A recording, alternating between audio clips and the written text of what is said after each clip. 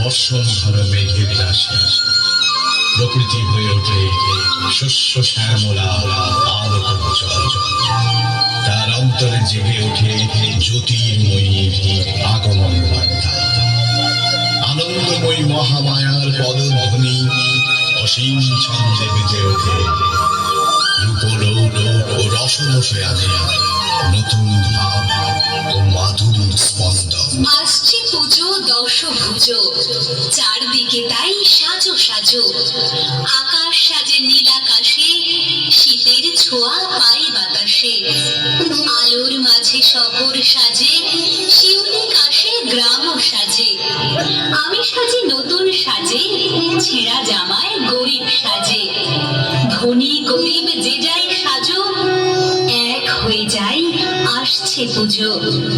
ওম তৎসৎ সুস্বাগতম। ঐতিহ্যবাহী ও ভক্তবৃন্দ, ঐতিহ্যবাহী মেলা তা সত্ত্বেও মহিষাসুর দেবতার কৃপা লাভের আশায় ব্যাকুল।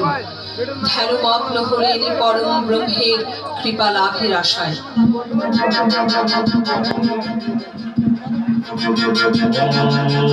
ব্রহ্মদেবায় নমঃ। ওম ব্রহ্মদেবায় নমঃ। ওম ব্রহ্মদেবায় নমঃ। ওম ব্রহ্মদেবায় নমঃ।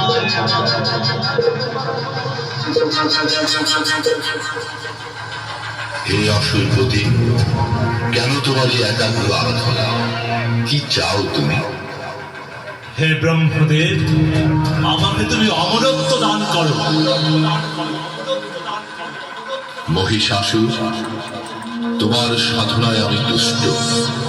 তোমাকে আশীর্বাদ করছি, কোন পুরুষ শক্তি তোমাকে বধ করতে পারবে না।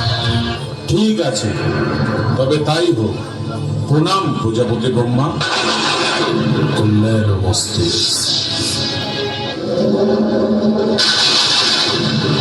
আমি অমর।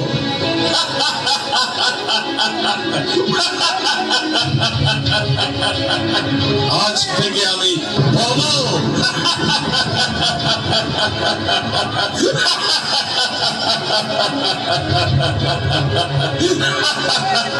এবার সময় এসেছে পিতৃ হত্যার প্রতিশোধ দিন।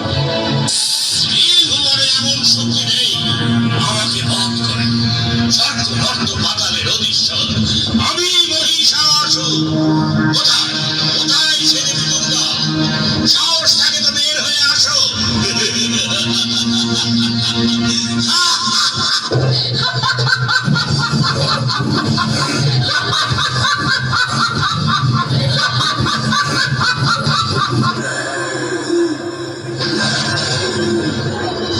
কোথায় কোথায় সেই দুই মহাসুর?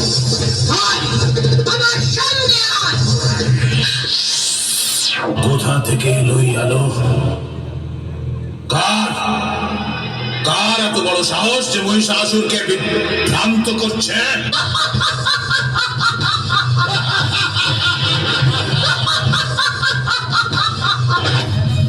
তার মানে তুমি সেই যে চন্ডমুন্ডকে হত্যা করেছো।